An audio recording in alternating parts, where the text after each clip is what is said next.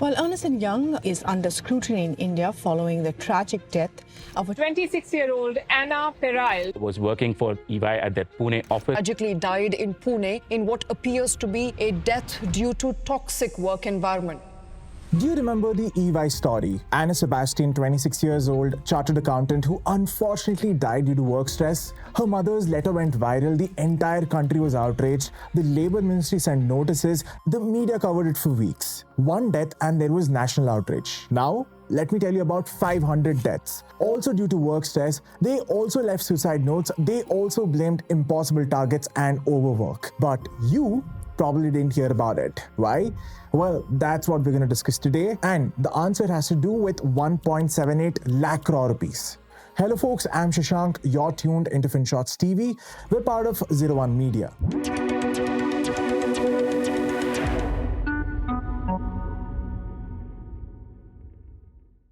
Okay, now let's talk about what's happening in India's public sector banks. On February 5th, 2026, a CPIM member of parliament stood up in the Rajya Sabha and said something really shocking. He said that in the last decade, around 500 bank employees have died by suicide due to work-related stress. Now look, I'm not here to get political, but the data that he cited and suicide notes he read were bone-chilling.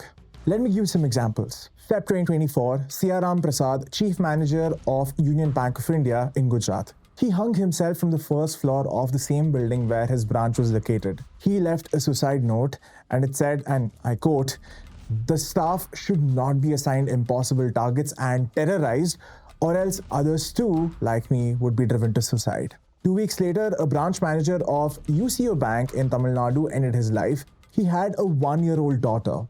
Reports say it was work-related pressure. August 2023, 5 bank employees died by suicide in a single week. May 2024, a branch manager at Union Bank in Tamil Nadu, stress and depression from high targets, according to reports. April 2023, Sandesh Malpani, manager at SBI's Hindu Colony branch in Mumbai, he jumped off his 9th floor flat. He was facing harassment over some procedural lapses at work. Now, folks, these aren't isolated incidents. So here's my question. If 500 people died, why didn't this become a national story like EY? Well, to answer that, we need to follow the money. Okay, so India's public sector banks just had their best year ever. In FY25, PSBs reported a combined net profit of 1.78 lakh crore rupees. That's a record and the highest profit they've ever made. For context, in FY24, the profit was 1.41 lakh crores, so FY25 saw a 26% jump.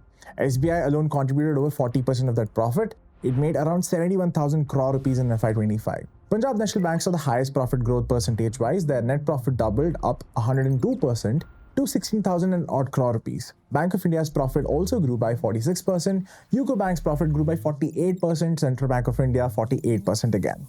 Okay, so while profits were going up, employee count was going down. 5 years ago, PSBs had 7.8 lakh employees, and today, 7.5 lakh employees. That's close to 30,000 fewer people, and it's even worse for clerks.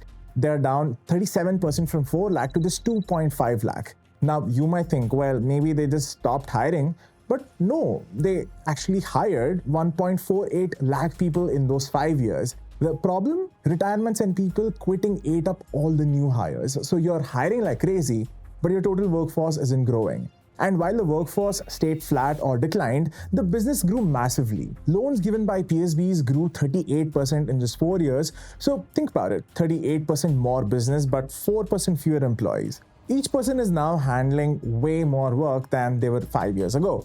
And on top of that, there are over 32,000 vacant posts in PSBs. Yes, 32,000 empty positions to be filled. Now, they're just not filling them. And why is that? Well, banks will tell you it's because of digitization, mobile banking, AI chatbots, UPI, meaning fewer people needing to visit the branches now. Plus, employee salaries are a huge chunk of the operating cost, so they're trying to keep that number as low as possible to protect profits. But the reality is, retired people still go to banks to update passbooks. Rural customers still come in for cash deposits and withdrawals, KYC updates, solving issues, and whatnot. Digital hasn't exactly replaced human staff everywhere, especially outside the big cities. So here's the paradox. Record profits, declining workforce, growing business, vacant positions. Now, where is all that profit going? So let's follow the money here again. PSBs made 1.78 lakh crore rupees in profit last year, right? Now, well, a big chunk of that went into dividends, and about 65% of those dividends went straight to the government. Over the last 3 years, the government has taken more than 50,000 crore rupees in dividends from PSBs. Now, here's the interesting bit. Remember those 32,000 vacant posts? I'll do some quick math for you.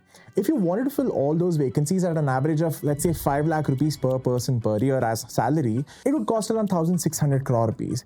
Just 1,600 crore rupees to fill every single vacancy. The government took 22,000 crore rupees in dividends last year alone, so filling all the vacancies would actually cost less than 10% of what they're taking out as dividends. Put simply, the government is choosing to take 18,000 crore rupees in dividends rather than spending 1,600 crore rupees to ease the workload on employees, and that is a red flag. And this is where the system gets really tricky.